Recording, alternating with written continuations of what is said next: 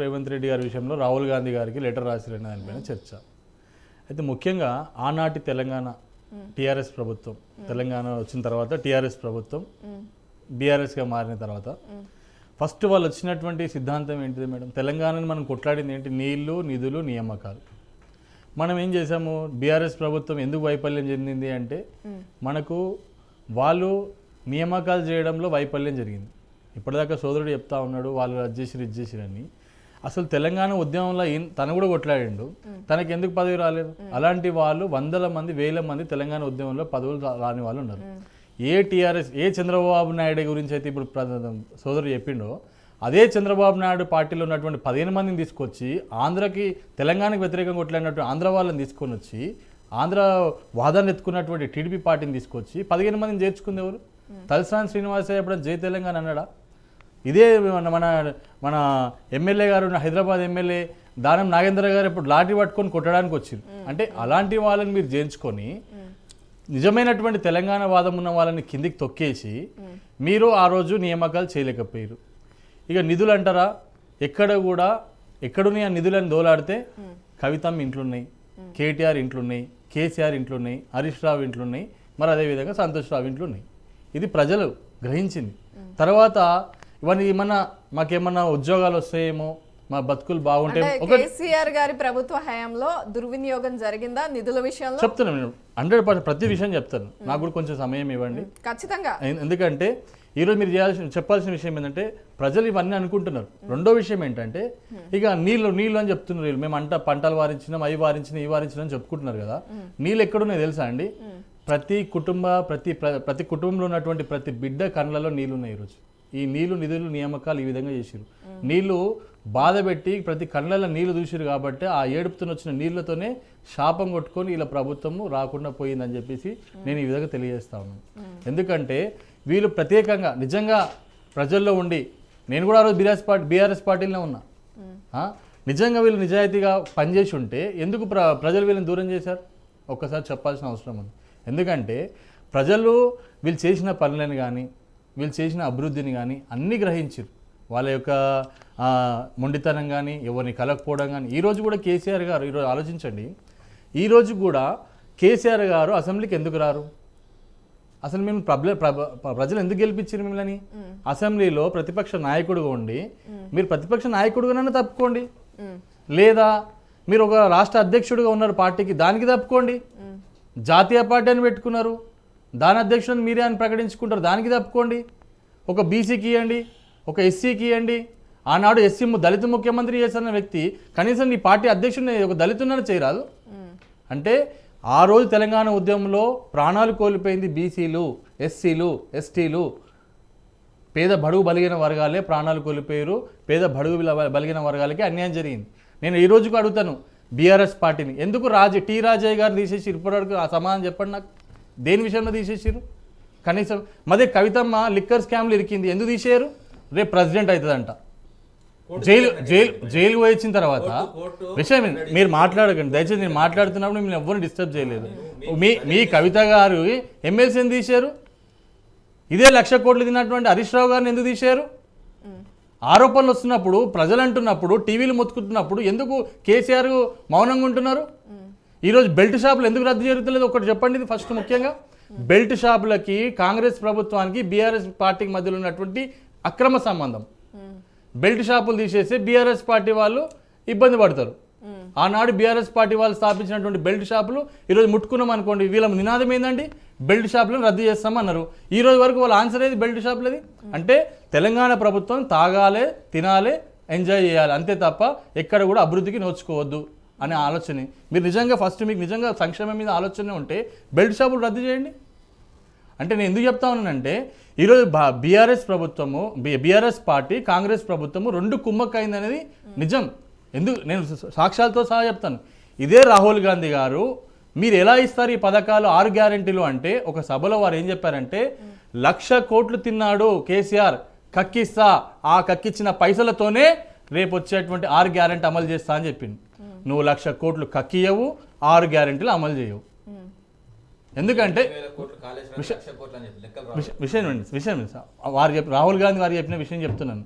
అంటే మీరు కుమ్మక్కై ఈ రోజు బడుగు బలిగిన వర్గాలతో ఓట్లు వేయించుకొని ఈ రోజు ఆ వ్యక్తులను మీరు దూరం చేస్తా ఉన్నారు. నేను ఒకటి అడుగుతాను, తెలంగాణలో అసలు ఇటువంటి ఆరోపణలు ఎక్కువైపోయాయి. బీఆర్ఎస్ కాంగ్రెస్ ఒకటని, లేదా బీజేపీ మేడం ఒక మేడం మళ్ళీ బీఆర్ఎస్ ఒకటని. దీప గారు ఒక్క మాట చెప్పండి. రాష్ట్రంలో గానీ దేశంలో గానీ బీఆర్ఎస్ ఎట్లా ఒకటనేది చెప్తాను మేడం. నేను చెప్తాను, నేను ఒకటే చెప్తాను, ఒకటే ప్రూఫ్ తో చెప్తాను. గతంలో రేవంత్ రెడ్డి గారు వీళ్ళ మీద విరుచుకుపడ్డారు, అన్ని రకాలు చేసారు. ఓటు నోటు కేసు వీళ్ళ కంట్రోల్లోనే ఉంది. ఎందుకు వీళ్ళు ఓటు నోటు కేసులో దీన్ని ప్రూవ్ చేయలేకపోయారు? చిన్న మాట.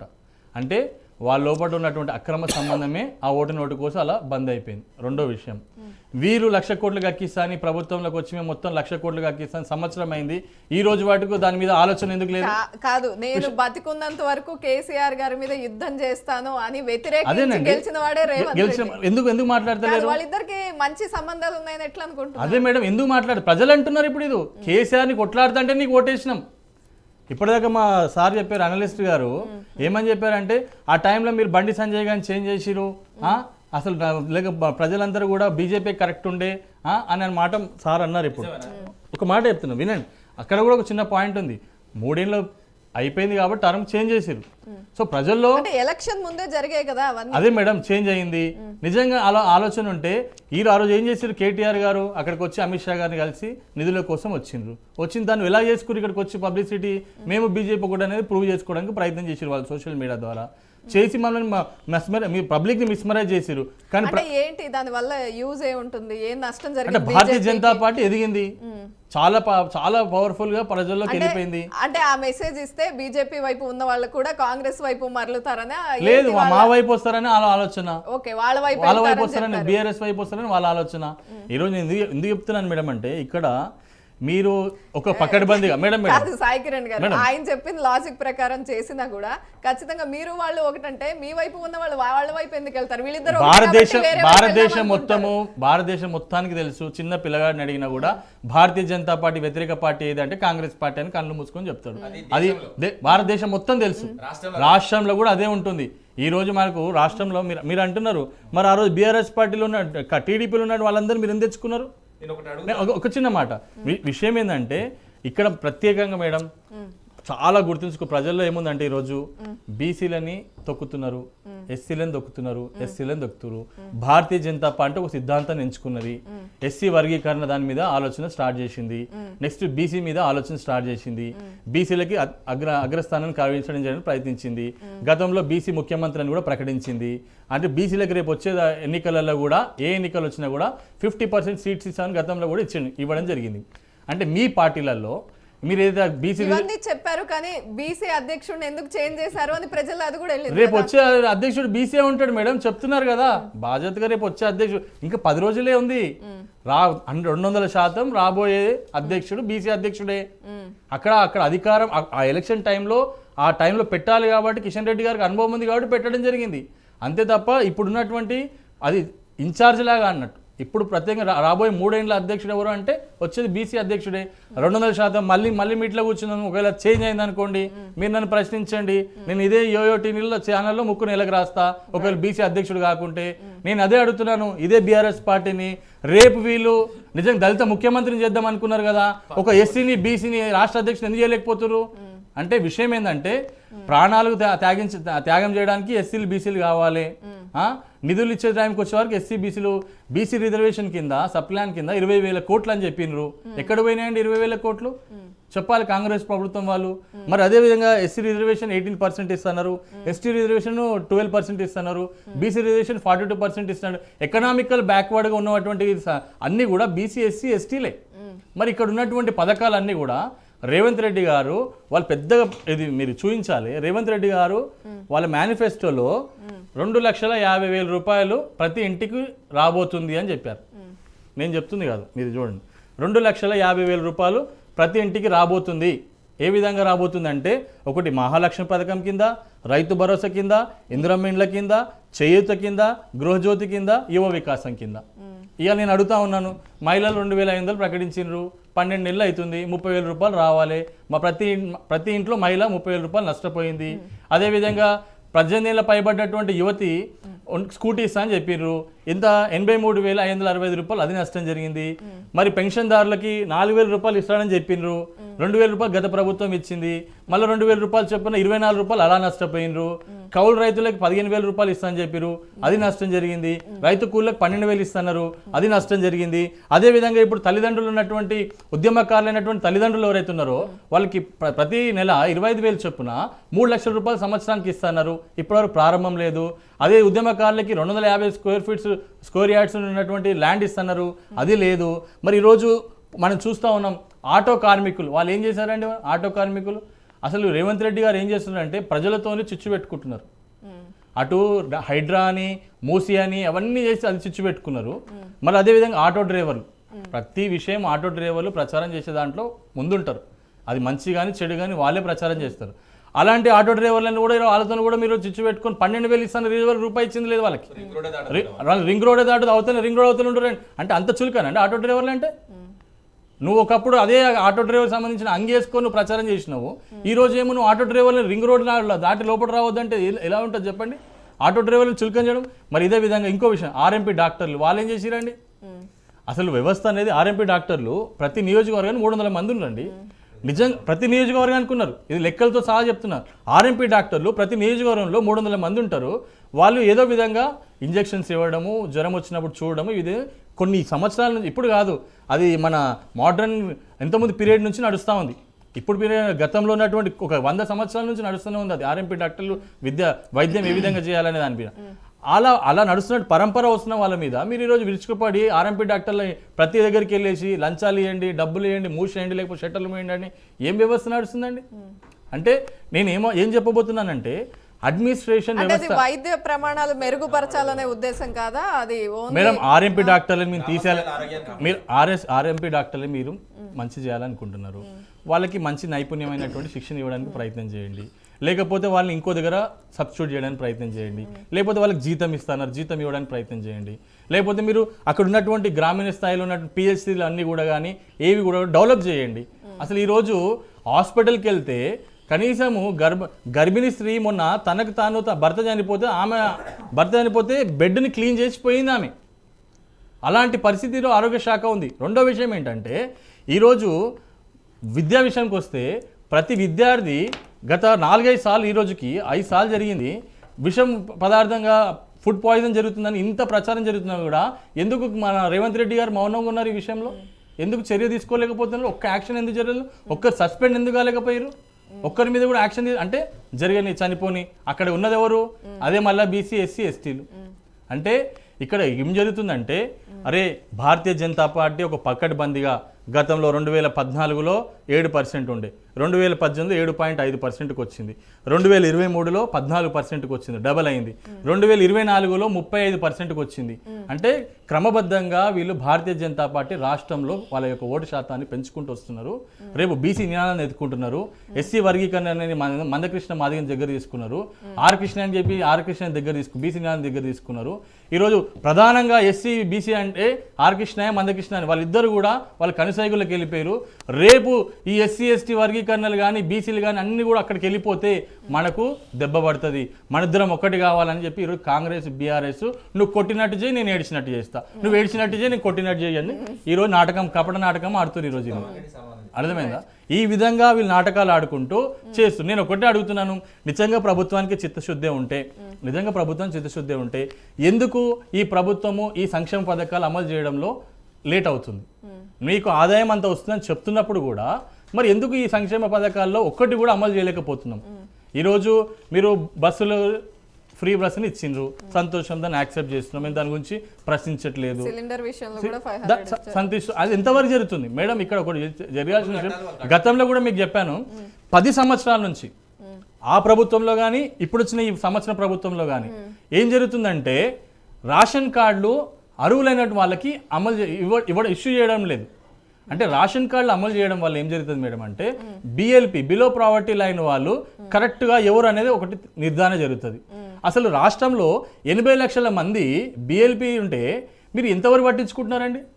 మొన్న రేవంత్ రెడ్డి గారు ఏం పేరు 21 లక్షల మంది రైతులకు ఇచ్చేసిన అని చెప్పారు. వారే 39 లక్షల మంది రైతులని వారే ప్రకటించి 21 లక్షల మందికి రుణమాఫీ చేసేసి అయిపోయిందని చెప్తే ఎంతవరకు కరెక్ట్ అండి? అంటే నేనేమంటున్నా అంటే ఫస్ట్ ఒక నిర్ధారణ ఒక మ్యాప్ ఉండాలి. సిస్టమ్ ఎట్లుండాలంటే నేను 80 లక్షల మంది ఇప్పుడు తెలంగాణ దేశం మొత్తంలో బియ్యం ఎంతమందికి ఇస్తున్నామంటే 83 కోట్ల మందికి మేము బియ్యం ఇస్తున్నామని డైరెక్ట్ చెప్పగలుగుతాం. అలా మీరు ఒక సంఖ్యతో సహా ఒక సంఖ్య ద్వారా మీరు చెప్పాల్సిన అవసరం ఉంది. ఈ రాష్ట్రంలో సంక్షేమ పథకాలు ఎంతమందికి ఇస్తున్నారు, ఎంతమంది అర్హులు ఉన్నారు, అసలు ఫస్ట్ అది బయటికి మీరు విడుదల చేయాల్సిన అవసరం ఉంది. అంటే అర్హులైన వారి సంఖ్య కన్నా తగ్గించి వారు సంక్షేమ పథకాలు ఇచ్చి మేము చేసేస్తామని చెప్తున్నారు మేడం. ఇప్పుడు అదే జరుగుతుంది. ఎగ్జాక్ట్లీ మేడం, నేనేమంటున్నా అంటే 80 లక్షల మంది అర్హులు ఉన్నారు. 80 లక్షల మంది ఇంటూ మీరు ఈ 2500 కొట్టండి, ఎంత ఫండ్ అవుతుంది? ఇదే 80 లక్షల మంది ఇంటూ ఈ ఉద్యమకారులలో 1200 మంది ఉద్యమకారులు మీరు గుర్తించారు. వాళ్ళకి ఎందుకు ల్యాండ్ ఇవ్వలేకపోతున్నారు? అది మీ చేతుల పనే కదా. కేంద్ర ప్రభుత్వము అదో ఇదో కాదు కదా, మీ చేతుల పనే కదా. ఎందుకు ఇవ్వలేకపోతున్నారు? అంటే వీళ్ళందరూ ఏం చేస్తున్నారు మేడం అంటే చివరిగా నష్టపోతుంది ఒక బీసీలు, ఎస్సీలు, ఎస్టీలే. ఈరోజు మీరు కింది స్థాయిలో ఏం చర్చ జరుగుతుందంటే మేడం, ఇంకా బీసీలో మనము నిద్ర లేవాల్సిన అవసరం వచ్చింది, ఎస్సీలో మనం నిద్ర చేయాల్సిన అవసరం వచ్చింది. ఇంతసేపటికి ఈ రాష్ట్రాన్ని పరిపాలించిన వారు రెడ్లు, రావులు మాత్రమే. ఇక మనం దీనికి ముందుకు రాకపోతే ఇప్పటి కూడా ఇప్పుడు అదే నినాదం తీసుకుని బయట సభలు ఇవన్నీ ప్రతి ఒక్కరు మేడం ఎవరు తీసుకున్నా కూడా. కానీ ప్రజల్లో ఒకటి ఏం జరుగుతుందంటే వీళ్ళు నినాదం ఎత్తుకుంటున్నా కానీ చివరికి వెనక్కి పోతున్నారు. అన్ని పార్టీలో ఉన్న వాళ్ళు బీసీ నినాదం ఎత్తుకుని ఈ విధంగా ముందుకెళ్తున్న వారితో జత కడతారా? తప్పకుండా మేడం. ఇప్పుడు ఆ అవగాహన వచ్చింది, అది జరుగుతూ ఉంది. ఈరోజు మీరు వీళ్ళు కూడా మేడం దళిత బంధన్ గత ప్రభుత్వం పైలట్ ప్రాజెక్ట్ కింద హుజరాబాద్లో ఆ రోజు ఇచ్చింది. తర్వాత మిగతా అదే అన్న ఇదే చెప్తున్నా మేడం. నేను ప్రతి ఒక్కరు మసిపూసి మారేడుకాయ లాగా చేస్తున్నారు మేడం. ఇక్కడ ఏం జరుగుతుందంటే మేడి పండు చూడు మేలేమై ఉండి పొట్ట విప్పి చూడు పురుగులు ఉండంటే ఈరోజు రైజింగ్ తెలంగాణ అని చెప్పి రాష్ట్రం సార్ ఒక మాట చెప్తానండి, వినండి. ఈరోజు క్యాబినెట్లో మేడం 25 మంది మేడం 27 మంది దళితులు ఉన్నారు మేడం, 7 మంది ఎస్టీలు ఉన్నారు, ఈరోజు బీసీలు 50 మంది దాకా ఉన్నారు. అంటే ఈరోజు భారతీయ జనతా పార్టీ ఏ సంఖ్య అవుతున్నదో ఆ సంఖ్య ప్రకారము ఈరోజు విభజన ప్రకారము సీట్లే కానీ మంత్రి పదవులే కానీ ఇవ్వడం జరుగుతుంది. ఈరోజు ఉత్తరప్రదేశ్లో ఎంబీసీలకు కూడా ఎమ్మెల్యే టికెట్లు ఇచ్చినటువంటి ఘనత భారతీయ జనతా పార్టీది. ఈరోజు ఒక్క ఎంబీసీకి మీరు ఇవ్వగలిరా? ఈ ఒక్క సాకలైన ఎమ్మెల్యే కాగలిండా చెప్పండి? ఒక మంగళైన ఎమ్మెల్యే కాగలిండా? ఒక గంగపుత్రుడికి ఎమ్మెల్యే చేయగలిగిరా మీరు? ఒక వడ్డరైనకి చేయగలిగిరా? ఒక వంశరాజుని చేయగలిగిరా? అది ఉత్తరప్రదేశ్లో జరిగింది, మహారాష్ట్రలో జరిగింది, గుజరాత్లో జరిగింది. అంటే విషయం ఎందుకు చెప్తానండి మేడం, ఈడ బీసీలో మీరు 50% సీట్లు ఎందుకు ఇవ్వలేకపోతున్నారు? మీరు రిజర్వేషన్ 40%, 48%, 42% అమలు చేస్తున్నటువంటి రేవంత్ రెడ్డి గారు 42% టికెట్లు ఎందుకు ఇవ్వలేకపోయారు? మా సోదరులైనటువంటి 18% కరెక్ట్గా మొత్తం అమలు చేస్తే వారు కూడా డెవలప్ అవుతారు. ఎస్సీ కార్పొరేషన్లో ఓన్లీ ఎస్సీ కార్పొరేషన్ వాళ్ళకి ఎందుకు ఇవ్వాలి మేడం? మా సతీష్ అనే కార్పొరేషన్ ఇస్తే తప్ప ఆయన ఉద్యమం చేయలేడా? ఎస్సీ కార్పొరేషన్ మాత్రమే ఇవ్వాలా? అంటే ఎస్సీలకు ఎస్సీ కార్పొరేషన్ మిగతా కార్పొరేషన్ చేయడానికి వాళ్ళకి అర్హత లేదా? నేను ఏమంటున్నానంటే మీకు ఓట్లు అన్నప్పుడేమో బీసీలు, ఎస్సీలు, ఎస్టీలు కావాలి, మీకు అధికారంలోకి వచ్చిన తర్వాత వీళ్ళందరినీ పక్కన పెట్టేస్తారు. సంక్షేమ పథకాలు రూపొందించేది వాళ్ళ కోసము. చివరి ఒకటే మాట చెప్తున్నా మేడం, 80 లక్షల మంది ఈ రాష్ట్రానికి అర్హులైనటువంటి BPL below poverty line members ఉన్నారు. వాళ్ళందరూ ఫస్ట్ రేషన్ కార్డులు రావాలి. వాళ్ళకి రేషన్ కార్డులు వచ్చిన తర్వాత వీళ్ళందరూ అర్హులు, వీళ్ళకి ఇండ్లు ఇవ్వాలి. గతంలో ఇండ్లు 2,50,000 ఇల్లు అమలు చేసింది భారతీయ జనతా పార్టీ. ఆ ప్రభుత్వం ఎంత కట్టింది మేడం? 30,000 ఇల్లు కట్టింది. 1,00,000 ఇల్లు కట్టని చెప్పుకుంది, 1,00,000 ఇల్లు కట్టని చెప్పుకుంది, 30,000 ఇల్లులు ఇచ్చింది. ఆ ఇల్లులు కూడా ఏమైనా డోలా కొట్టుకుంటా ఉన్నాయి. ఈరోజు భారతీయ జనతా పార్టీ ఇన్ని రాష్ట్రాలలో భారతీయ జనతా పార్టీ ఉంది. ఎక్కడైనా ఒక నిమిషం, ఇన్ని రాష్ట్రాల్లో భారతీయ జనతా పార్టీ ఉంది. ఎక్కడైనా ఇలాంటి పథకం అందుతలేదని చెప్పి ఎక్కడైనా చర్చ జరుగుతుందా? 256 పథకాలు ఉన్నాయి మాయి. అది సబ్సిడీ పథకాలు ఉన్నాయి, డైరెక్ట్ పథకాలు ఉన్నాయి. ఎక్కడైనా పథకం అప్లై చేయడం వల్ల రావడం లేదని ఎక్కడైనా చర్చ జరుగుతుందా? ఈరోజు ముఖ్యంగా ఈ రెండు పార్టీలకు ఉన్న భయం ఏంటంటే భారతీయ జనతా పార్టీ క్రమబద్ధంగా 30% ఓటు శాతానికి షేర్ చేసుకుంది. అంటే మాకు కాంగ్రెస్ పార్టీకి ఎంత డిఫరెన్స్ ఉంది మేడం? 5%, ఓన్లీ 5% ఓట్లో వాళ్ళకి 8 సీట్లు, వాళ్ళకి 9 సీట్లు వచ్చినాయి, మాకు 8 సీట్లు వచ్చినాయి. సో ఇదే ఓట్ పర్సెంటేజ్ రేపు కంటిన్యూ అయితే మన భవిష్యత్తు ఏంటి? కాబట్టి ఇద్దరం కలిసి భారతీయ జనతా పార్టీ మీద పడదాం అనేదే వీరి యొక్క లక్ష్యం. అంతిమంగా వీళ్ళ యొక్క ఆలోచన అదే ఉంది. ఈరోజు నేను కేటీఆర్ గారిని అడుగుతున్నాను, లెటర్ రాయడం ఎందుకండి? రాహుల్ గాంధీ గారు రాయడం వల్ల వచ్చి మీకు ఉపయోగం ఏం చెప్పండి. మీరు ఇక్కడుండి మీ నాన్నని ఫస్ట్ అసెంబ్లీకి రమ్మని చెప్పండి. అసెంబ్లీలో వచ్చి అరే మీరు చాణక్యుడు అని చెప్పేసి మీరు అపర భగీరథులో అన్ని మీకు వినండి సార్. ఏ పెద్ద మనిషి ఫస్ట్ మీ తప్పుల్ని సరి చేసుకుని తర్వాత లేఖ రాయండి అనేదా మీ ఉద్దేశం? ఎస్ మేడం, నేను ఏమంటున్నా అంటే ఫస్ట్ కేసీఆర్ గారు అసెంబ్లీకి ఎందుకు రావడం లేదు, లేదా జీతం తీసుకోవద్దు. ప్రజల సొమ్మాది, మీకేం హక్కు ఉందని కేసీఆర్ గారు ఈరోజు జీతం తీసుకుంటున్నారు? మీరు గత అసెంబ్లీలో రాలేదు, ఈ అసెంబ్లీలో రాలేదు. అసలు ఏందనుకుంటారు? అసలు ఈటల రాజేందర్ గారిని బర్తరఫ్ చేసినప్పుడు కూడా ఆయన ముఖం చూడలేదని చెప్పి నేను ముఖం చూడలేదని చెప్పేసి అసెంబ్లీకి రాలేదు. ఏ మనిషి అండి, ముఖ్యమంత్రిగా ఉండి రాలేదు ఆయన. నేను ఒకటే చెప్పదలుచుకుని ఏంటంటే నువ్వు అసెంబ్లీకి రానప్పుడు రాజీనామా చేయి, లేదా జీతం తీసుకోవడం బంద్ చేయి. ప్రజల సొమ్మది, నీ ఇంటిది కాదు. లేదా ప్రజలకు ఆన్సరబుల్గా ఉండు. ఇక్కడ భారతీయ జనతా పార్టీ ప్రజా సమస్యల మీద ఎట్లయితే కొట్లాడుతుందో మీరు కూడా రండి. మీరు రాష్ట్రం అబ్సెంట్ అవ్వడం వేరు, అసలు కంప్లీట్ గా రాకపోవడం వేరు. దేర్ ఇస్ ఎ డిఫరెన్స్ అండి. అసలు అది కంపేర్ మీరు మాట్లాడొద్దు. ఈ రోజు పెట్టుకుంటారా మోడీ గారితో పెట్టుకుంటారా? అసలు కంపేర్ చేసే కాదు, కంపేర్ చేసే అంశం అసలు కాదు. మోడీ గారితో పెట్టుకుంటారా? మోడీ గారి లిస్ట్ లో పెట్టుకుంటారా? 365 రోజుల్లో మోడీ గారు ఎప్పుడైనా పడుకున్నట్టు జ్వరం వచ్చిందని కానీ చూపించగలుగుతారా? అరే అవన్నీ కాదండి, ప్రజా సమస్యలు ప్రతిరోజు ఉంటారు మోడీ గారు. 18 గంటలు పని చేస్తారు. ఏం లెక్కలు ఉండవు. ఎవరు ఎవ్వరు చంపలేదు. విషయం ఏనండి, నేను చెప్తాను. ఈ రోజు ఇలా అరెస్ట్ చేయగానే వాడు ఎవడండి కౌశిక్ రెడ్డి గారు తెలంగాణకి అవును బరాబర్ మాట్లాడతా. తెలంగాణలో నీ మీదే రాలేసిండు, నీ హరీష్ రావు మీదే రాలేసిండు. తెలంగాణలో తెలంగాణ ఉద్యమంలో ఇదే హరీష్ రావు మీద రాలేసినాడు. వినండి మీరు మాట్లాడదండి. ఎట్లా నేను మాట్లాడుతున్నాను. విషయం వినండి అండి, బరాబర్ మాట్లాడతా. ఎట్లంటే మోడీ గారిని గౌరవంగా మాట్లాడదాం. నేను ఒకటి అడుగుతున్నా మేడం, ఇదే హరీష్ రావు గారి మీద ఇదే తెలంగాణ ఉద్యమ ద్రోహి అయినటువంటి కౌశిక్ రెడ్డి రాళ్ళు రువ్విండు. మరి అదే వ్యక్తిని అరెస్ట్ చేయగానే బెడ్రూమ్ దాకా పోతావు కదా. మరి ప్రజా సమస్యలు వచ్చినప్పుడు ఒక బిడ్డ దగ్గరికి వెళ్ళి నువ్వు నీ సమస్య ఎందుకు అమ్మా, ఎందుకు బాధపడుతుంది, ఇల్లు ఊలిపోయింది, నేను భరోసా ఉంటాను, ఎందుకు మాట్లాడలేకపోయినావు? హరీష్ రావు గారిని అంటున్నాను నేను. మీరు మీడియా ప్రెస్ మీట్ పెట్టుకోవడం కాదండి, ప్రజల దగ్గరికి వెళ్ళి మాట్లాడాల్సిన అవసరం ఉంది. ప్రజల సమస్యలు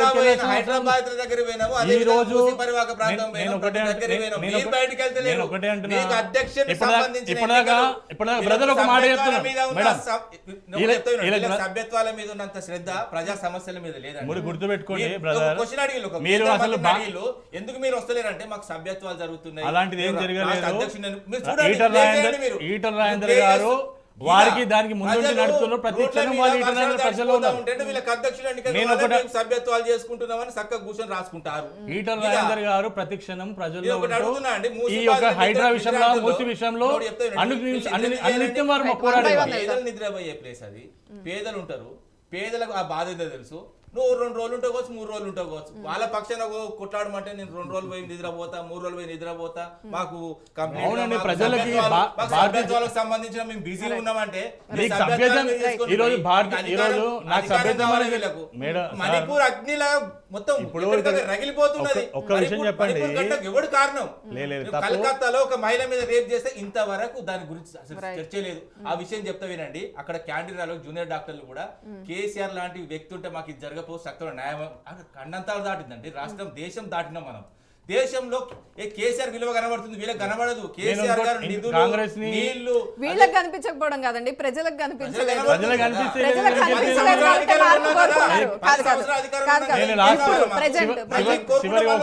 చివరి ఒక మాట చెప్పదలుచుకున్నా మేడం, కాంగ్రెస్ ప్రభుత్వము మొన్న చేసినటువంటి హైదరాబాద్లో హంగామా, రాష్ట్ర వ్యాప్తంగా హంగామా, రైజింగ్ తెలంగాణ నెంబర్ 1 ఏదైతే ప్రకటించుకొని యాడ్స్ అని టీవీలు అని అవన్నిట్లో ప్రచారం చేసుకొని మేము ఉత్సవాలు చేసుకుంటున్నాం, విజయోత్సవాలు అని చెప్పి ప్రకటన చేసుకుని ఏవైతే చేశారో, మీరు ఏమేమి ఇచ్చిండ్రు, ఎంతవరకు న్యాయం జరిగింది, ప్రజలకు ఎంతవరకు జరిగిందని ఒక బహిరంగ లేఖ బయటికి ప్రచురించండి. ఎందుకంటే అసలు ఎక్కడ కూడా వీళ్ళు ఎంత మొత్తాన వీళ్ళు అమలు చేసిరని చెప్పకుండా పైకి మేము అన్ని చేసేసినాం అని చెప్పుకుంటూ 100 మందికి ఇచ్చినామని చెప్పుకుంటూ కూడా కరెక్ట్ కాదు. అర్హులైనటువంటి 80 లక్షల మందికి పూర్తిగా అందాలనేది మా యొక్క డిమాండ్. మీరు చెప్పినటువంటి 6 గ్యారెంటీలు ఇప్పటికీ ఒక్కొక్క కుటుంబానికి మీరు 2,50,000 బాకీ ఉన్నారు. ఆ 2,50,000 ఎలా తీరుస్తారు? వారు చెప్పిందే సార్. 2,50,000 రూపాయలు మీరు బాకీ ఉన్నారు. 2,50,000 ప్రింట్ చేసిన మేనిఫెస్టోలో పెద్ద అక్షరాలతోని 2,50,000 రూపాయలు ప్రజలతో అడుగుతున్నారు. ప్రజలతో అడుగుతున్నారు, ప్రజలంతా అడుగుతున్నారు. 2,50,000 రూపాయలు 100 రోజులు మేడం 100 days లో ఇస్తామని ప్రకటించుకున్నారు వాళ్ళు. 100 days బై 365 days. మరి ఇప్పుడు ఆ 2,50,000 ఎప్పుడు ఇస్తారు? ఇవ్వకపోతే దానికి ఆన్సర్ ఏంటిది? మరి మీరు దిగిపోతారా? జరగదా మీతోని? కాదా? ఏదో విషయం చెప్పాల్సిన అవసరం ఉంది. మీరే చెప్తారు రాష్ట్రం ఆర్థికంగా ఉంది అని చెప్పేసి, మీరే చెప్తారు అన్ని రకాల మంచిగా ఉందని చెప్పేసి, మరి ఈ రోజు మళ్ళీ ఇవ్వడానికి ఏమో ఇబ్బంది పడుతున్నారు. అంటే ఇక్కడ విషయం ఏంటి? మీరు ఇలాగే వేధించడానికి ప్రయత్నం చేస్తున్నారా? రేపు ఒకటే చెప్తున్నాను మేడం, వీళ్ళు ఈ విధంగా చేయకపోతే భారతీయ జనతా పార్టీ ఇంకో రూపం తప్పకుండా తీసుకుంటుంది. వీటిపైన 100% కొట్లాడుతుంది. సోదరు చెప్పింది ఇప్పటిదాకా, మీరు మెంబర్షిప్ మీద ఉందంటే పార్టీ ఒక ప్రోగ్రామ్ ఇస్తుందండి.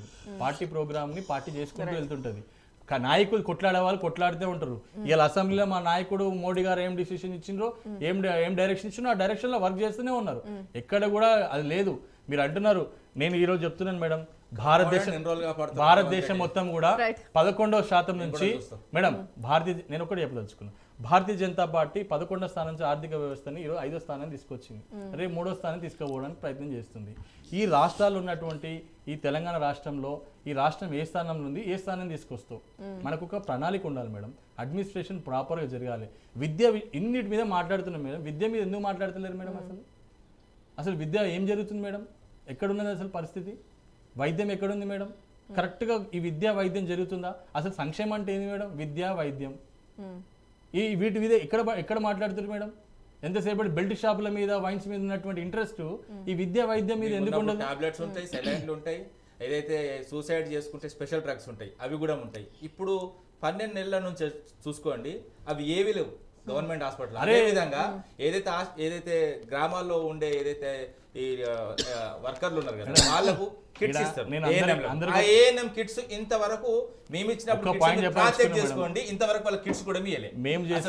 ఇంకోటి ఏంటంటే దామోదర రాజనరసింహ మహానుభావుడు ఎక్కడున్నాడో కానీ నిజంగానే ఆరోగ్య శాఖ మంత్రి ఖమ్మంలో వరదలత కనవలేదు.